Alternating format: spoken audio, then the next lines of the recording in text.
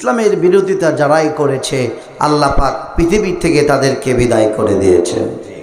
ঠিক কিনা বলেন? যারা কোরআনের সঙ্গে বিরোধিতা করেছিল আল্লাহ পাক তাদেরকে জমিন থেকে নিশ্চিহ্ন করে দিয়েছে। কথা বলেন ঠিক কিনা? তার একটি দৃষ্টান্ত হচ্ছে আপনারা দেখেছেন 32 নম্বর। ঠিক কিনা বলেন? আর যারা বলেন ঠিক কিনা? আমার উস্তাদ কোরআনের পাখি আল্লামা সাঈদী বলেছিলেন তার ভবিষ্যৎবাণী, এমন একটা দিন আসবে, এমন এক সময় আসবে আল্লাহ পাক রব্বুল আলামিন এ দেশ থেকে তাদেরকে বিতাড়িত করবে। কথা বলেন ঠিক কিনা? আজকে দেখেন আল্লামা সাঈদীর সেই ভবিষ্যৎবাণী কাটায় কাটায় মিলে গিয়েছে। আল্লাহ পাক তাদেরকে বাংলাদেশ থেকে বিতাড়িত শুধু করেই নয়, এদেশ থেকে তাদের কোনো চিহ্ন পর্যন্ত রাখবে না। কথা বলেন ঠিক কিনা? তার দৃষ্টান্ত হলো 32 নম্বর। কিচ্ছু নাই। কথা বলেন? সব শেষ হয়ে গেছে, ভিকু দিয়ে ভাঙছে, যে যেমন করে পারছে। বদরের যুদ্ধের ময়দানে মুসলমান ইমানদারদের হাতে তরবারি ছিল না, খেজুরের ডাল নিয়ে জিহাদ করছে। আল্লাহু আকবার বলেন। আর আমরা দেখলাম 32 নম্বর ভাঙতে গিয়া যার কাছে যা ছিল তাই নিয়ে ঝাঁপায়া পড়েছে। ঠিক কিনা? আজকে দেখলাম ওই বিল্ডিং এর নিচে আন্ডারগ্রাউন্ড থেকে স্কুল পড়ুয়া, কলেজ পড়ুয়া ছাত্রদের পোশাক, স্কুল ড্রেস, জুতা এগুলো পাওয়া যাচ্ছে। তার নিচে আবার একটা দেখলাম অনেক পানি, এক মিডিয়াতে দেখলাম নিচে নাকি বড় বড় কুমির আছে।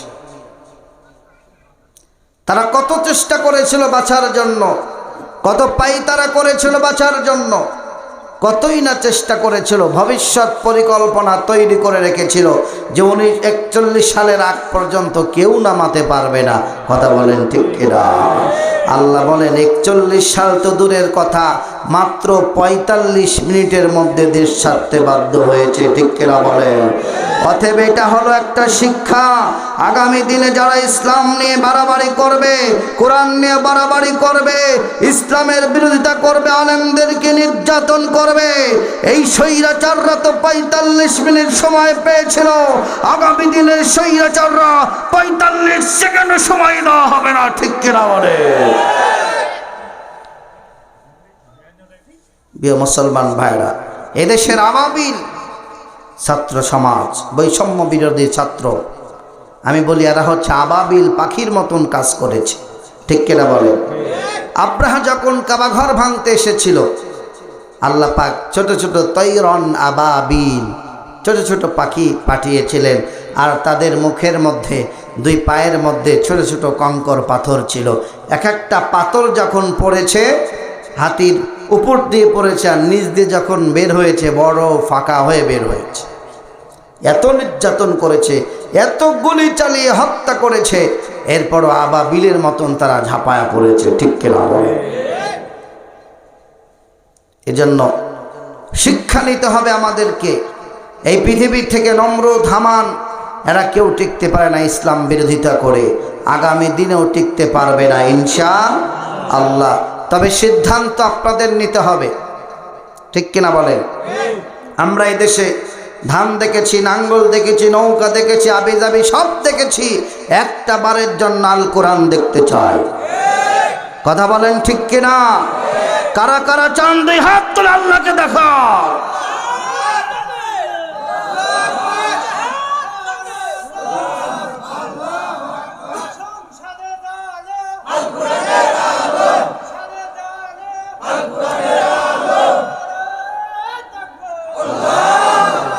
আল্লাহ কবুল করুক, বলেন আমিন। কি আপনাদের কষ্ট হচ্ছে?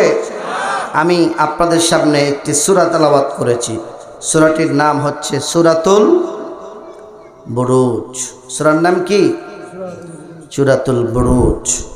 আল্লাহ পাক রব্বুল আলামিন এই সূরার মধ্যে কি বলেছেন, কি জন্য এই সূরাটি নাজিল করলেন, এর একটা প্রেক্ষাপট আছে, সূরা নজুল আছে। এই বিষয় নিয়ে অল্প কিছুক্ষণ আপনাদের মাঝে শোনানোর চেষ্টা করব ইনশাআল্লাহ। সূরাটি নাজিল হয়েছে মক্কায়, আয়াত আছে 22টা। আল্লাহ পাক রব্বুল আলামিন এই সূরাটি যখন নাজিল করেন, নাজিলের বিশ্বনবী মুহাম্মদুর রাসূলুল্লাহ সাল্লাল্লাহু আলাইহি সাল্লাম পৃথিবীতে আসার ৭০ বছর আগেকার ঘটনা আল্লাহ পাক কোরআনে বর্ণনা করেছে। আল্লাহ রাব্বুল আলামিন বলছেন ওয়াস-সামা ইযাতিল বুরুজি ওয়াল ইয়াউমিল মাউউদ ওয়া শাহিদিন ওয়া মাশহুদ কুতিলা আসহাবুল উখদুদ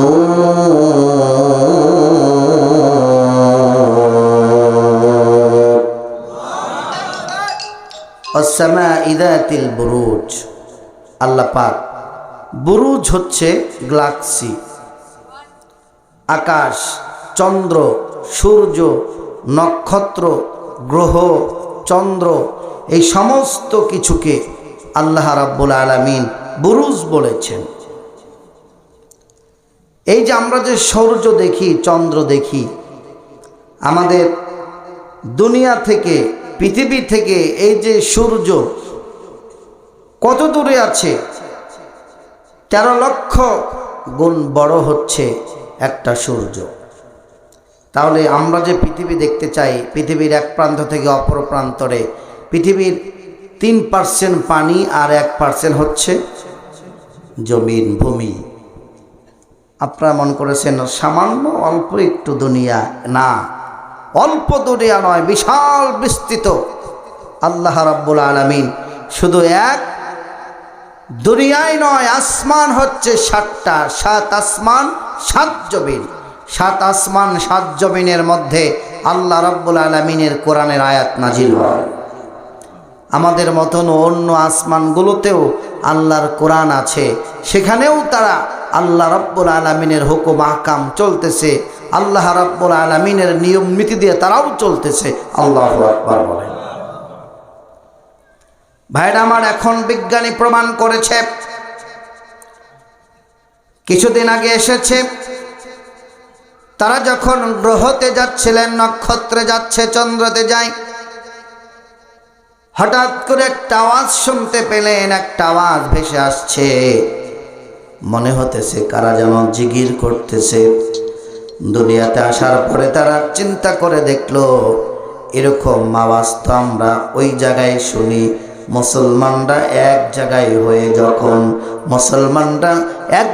হয়ে যখন জিগির করে, আমাদের মনে হতেছে জিগিরের আওয়াজ। ওই জিগিরের আওয়াজ তারা রেকর্ড করে পৃথিবীতে আনলেন আর বললেন ফেরেশতারা জিগির করতেছে, ফেরেশতাদের জিকিরের আওয়াজ।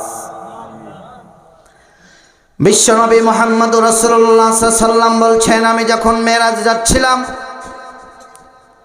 আল্লাহ রাব্বুল আলামিনের ফেরেশতারা যে কাগজের একটা আওয়াজ, বিশ্বনবী বলতেছিলেন ওই সমস্ত ফেরেশতাদের কাজ, তারা যে কলম দিয়ে লিখতেছিলেন, কাগজ উল্টাচ্ছিলেন, এদিক সেদিক করতেছিলেন, ওই কাগজের আওয়াজগুলো, কলমের আওয়াজগুলো আমি বিশ্বনবী মুহাম্মদুর রাসূলুল্লাহ শুনতে পেয়েছি। তার মানে বিজ্ঞান যে আওয়াজটা রেকর্ড করে এনেছেন, নিঃসন্দেহে কোনো ভুল নয়। আল্লাহ রাব্বুল আলামিনের ফেরেশতারা 1 নয় 2 নয় 24 ঘন্টা আল্লাহ রাব্বুল আলামিনের তাসবিহ করে। 24 ঘন্টা প্রত্যেকটা প্রাণী, পশু পাখি আল্লাহর তাসবিহ পড়তেছে। সুবহানাল্লাহ বলেন। আল্লাহ বলেন, সাব্বাহা লিল্লাহি মা ফিস সামাওয়াতি ওয়া মা ফিল আরদ। আল্লাহ রাব্বুল আলামিন বলেন, আসমান জমিনে যত প্রাণী আছে, আমার যত সৃষ্টি আছে, প্রত্যেকটা সৃষ্টি আমার জপে। শুধুমাত্র মানুষই আমার হুকুম মানে না, শুধু মানুষই আমার জিকির করে এরকম নয়। আমার যত সৃষ্টি আছে, প্রত্যেকটা সৃষ্টি আমি আল্লাহ রাব্বুল আলামিনের হুকুম, আমি আল্লাহ রাব্বুল আলামিনের জিকির জপতে আছে। চিৎকার করে বলি সুবহানাল্লাহ।